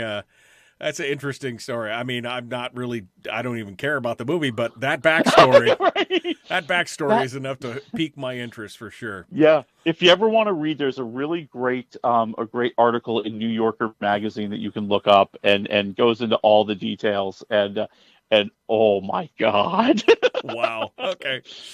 All right. Well, let's move on. One that I'm behind on. I am only in season 1, but now Only Murders in the Building, Hulu, has been renewed for season 3, although Selena Gomez didn't get no love at the Emmys. What's going on here? Yeah, so it was good news, bad news this week for Only Murders in the Building, the greatest show on Hulu, let's be honest. And it is really good. It is really funny. Awesome. Yeah, it's really funny. It really is. And if you're only in the first season, wait till you see the ending. But anyways, so what's happening is, here they got renewed for a 3rd season, and during the Emmy nominations, it got nominated for best comedy show. And Martin Short and Steve Martin were both nominated for Best Actors in a Comedy, but Selena Gomez was snubbed for Best Actress. And I'll be honest with you, I've been watching season 2. I think they've shifted some focus to her a little bit to maybe boost her image, so she'll get a nomination next year. Right. Because that'd be kind of nice since the show's really, really popular. But here's my question. Who's left to get killed in this building in season 3? I don't know, because I haven't finished season 1. So, but I know people are dropping like flies all over the place. So yeah.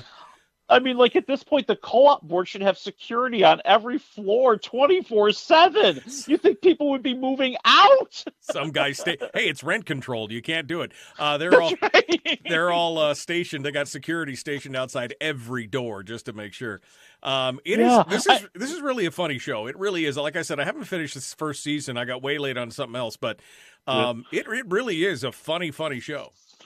Yeah, and for people who don't know the show, so the setup is that these three don't really know each other. They just all happen to live in the same building, and they all love listening to true crime podcasts, especially one that is hosted by a character played by Tina Fey.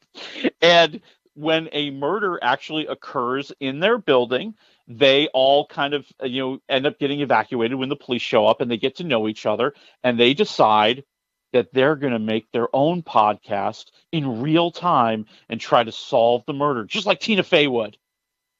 It is so funny. All right, Only Murders in the Building, Season 3. How many waffles do you give in Season 2, just out of curiosity? Oh, Season 2 so far is like a 4 waffle. And I'm just going to say this. Shirley MacLaine is in Season 2, and that woman steals the show. She is 87 years old, and she is just as awesome as she has ever been. Oh, man, I can't wait.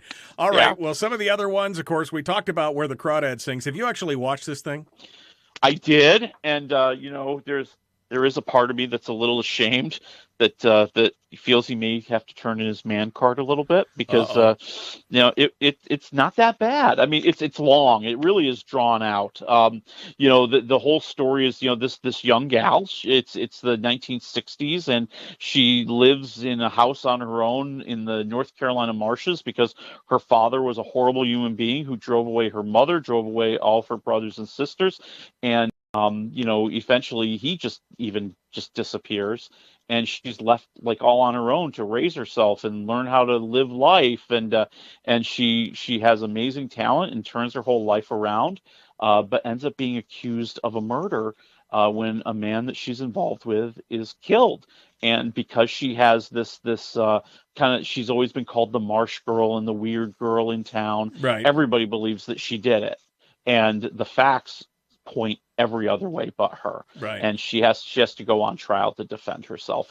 And we see the story of her life, and we see her story with the two different men who have been in her life, and how she's turned her life around, and what she's looking forward to, and what she could lose because of this allegation that is so false. All right. -1 to 4. What do you think? I'm actually gonna go 3 waffles. I was surprised. I mean, I think it's a very emotional movie, especially early on when you see kind of the life the kid goes through, and then you see her as a grown person, and you start rooting for her as good things start to happen, and you're heartbroken when the bad things start to happen. And there's something about it that just kind of draws you in, even though the court case could have been a lot more tense, it could have been a lot more complicated, it could have been a lot more mysterious. I think it drew out too long. It was like 2 hours and 5 minutes, and it felt like some filler in there, but I'm going 3 waffles. All right. Last one. We got about a minute. Paws of Fury, The Legend of Hank. I mean, I'm already asleep. What's going on here? Oh, God, yes. Here's the funny thing. Okay, I'm going to steal another person's line because I thought it was so good. So this movie is kind of a takeoff of Blazing Saddles from Mel Brooks, okay? Right. And the headline I wrote was, It's exactly like Blazing Saddles without the laughs and the interest. I mean, it's really bad. It's about this dog that wants to be a samurai in this town, but only cats are samurai, and someone's going to train him, but maybe for nefarious purposes. And it's just bland and boring and blah. It needs so much more energy. And the guy who's doing the voice of the dog, the Hank, is Michael Cera, who's a very funny guy, but he needs to kind of turn it up a notch or 5 here, right? Because he's getting overshadowed by Ricky Gervais and Samuel L. Jackson, who are awesome. Okay. Willie Waffle, wafflemovies.com. Thank you, my friend, for coming on board. We will see you on Monday. Folks, out of time. Have a great weekend.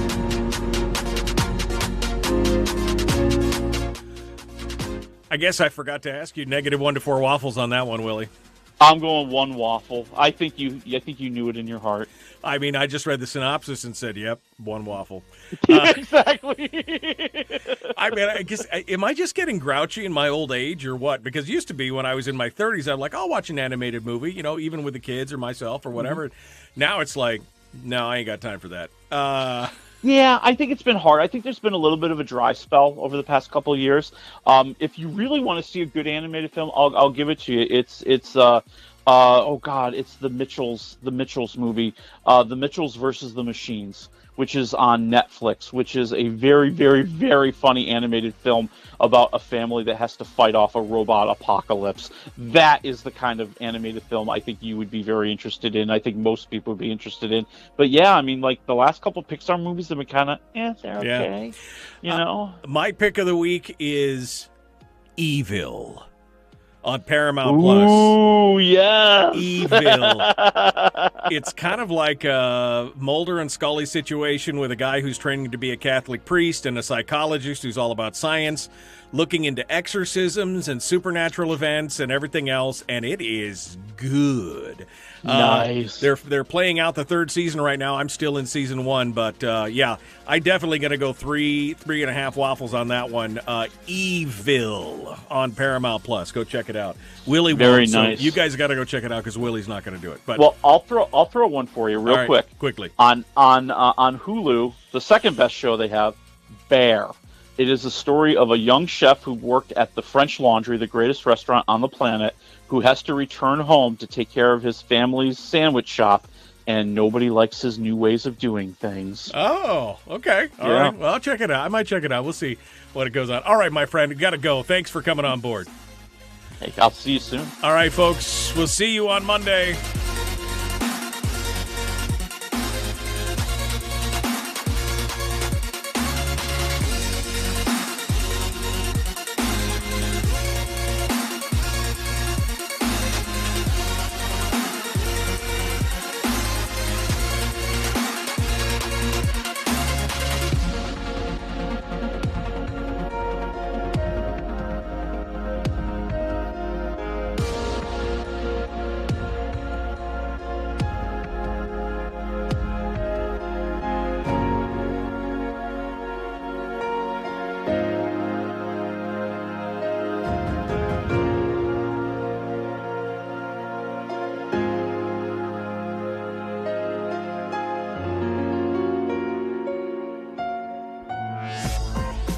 We've shed our terrestrial radio skin, and now we are slimy lizard internet people. It's the Michael Duke Show.